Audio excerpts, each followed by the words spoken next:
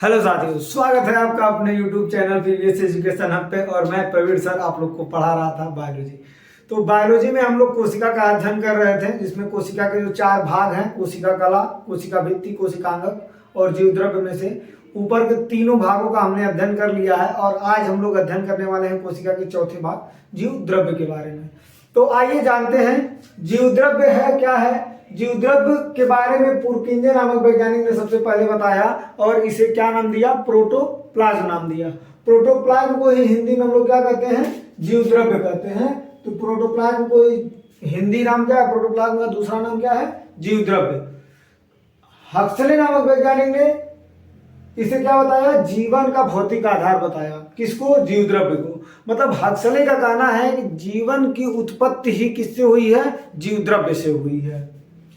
ठीक, तो ये तो हो गया आपका जीवद्रव्य के बारे में। तो जीवद्रव्य क्या होता है? यह देखिए, आप यहाँ पे देख सकते हैं, यह कोशिका है। यह कोशिका के अंदर पाया जाने वाला क्या तरल पदार्थ होता है, जो विभिन्न पदार्थों का मिश्रण होता है। इसमें बहुत सारे पदार्थ पाए जाते हैं, जिसको मेन क्या होता है? जल होता है। तो यहाँ पे मैंने लिखा है जल के अतिरिक्त महत्वपूर्ण पदार्थ जो जीवद्रव्य में पाए जाते हैं कौन कौन से हैं?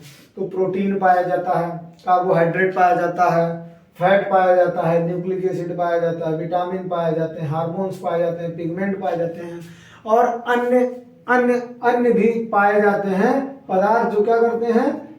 मिलकर जीवद्रव्य का निर्माण करते हैं। तो ये क्या करता है?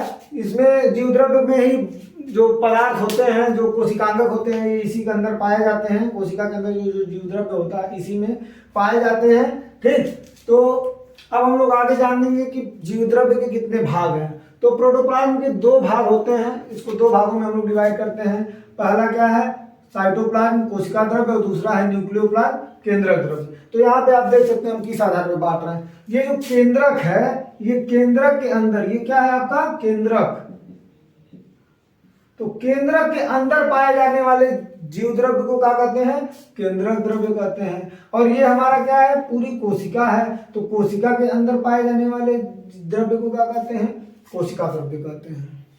तो ये क्लियर हो रहा है ना कि केंद्रक द्रव्य और कोशिका द्रव्य ये दोनों डिफरेंशिएट हो रहा है। ये देखिए, यहां से यहां तक में जितना पाया जाएगा ये क्या कहलाएगा? कोशिका द्रव्य। और इसके अंदर जितना पाया जाएगा वो क्या कहलाएगा? केंद्रक द्रव्य। तो ये जो है क्या जीवद्रव्य के दोनों भाग हैं वो हैं। अब जो कोशिका द्रव्य का भाग है ये भी 3 भाग में बटा होता है। देखिए, एक्टोप्लास्ट, टोनोप्लास्ट और मीसोप्लाज्म में। तो एक्टोप्लास्ट क्या होता है? यह जो बाहर ये कला, कोशिका कला या कोशिका भित्ति से जो लगा हुआ होता है, ये जो जीवद्रव्य पतली झिल्ली के समान रचना प्लाज्मा होती है, इसी को हम लोग क्या कहते हैं? एक्टोप्लास्ट या प्लाज्मा लेमा कहते हैं। ये क्या होता है? कोशिका का सबसे मतलब बाहर के तरफ का पाया जाने वाला द्रव्य होता है या कोशिका द्रव्य होता है।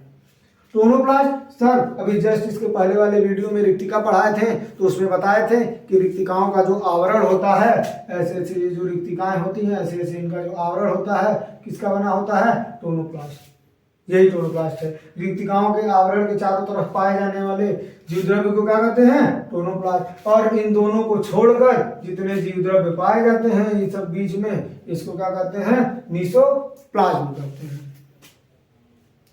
तो उम्मीद है आप लोग को जीवद्रव्य से रिलेटेड सारी बातें समझ में आ गई होंगी। अगर इसके बाद भी आप लोग को कोई डाउट है या कुछ आप लोग को पूछना है तो आप कमेंट करके पूछ सकते हैं या हमारे नंबर पर कांटेक्ट कर सकते हैं 9140462779 पे।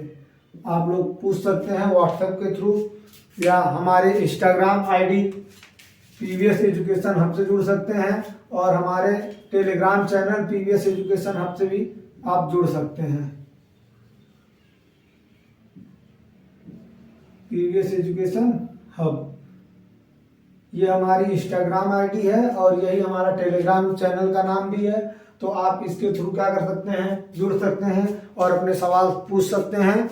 और अगर आप लोगों को कोई और सजेशन देना हो तो वो भी आप हमें भेज सकते हैं।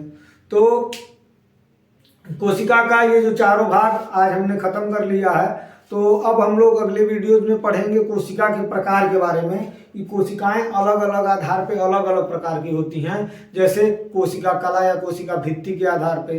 तो कोशिका भित्ति के आधार पर कोशिकाएं दो प्रकार की होंगी, एक में कोशिका भित्ति पाई जाएगी, एक में नहीं पाई जाएगी। दूसरा क्या होता है, दूसरा होता है गुणसूत्र संख्या के आधार पर कोशिका के प्रकार। तीसरा जो होता है आपका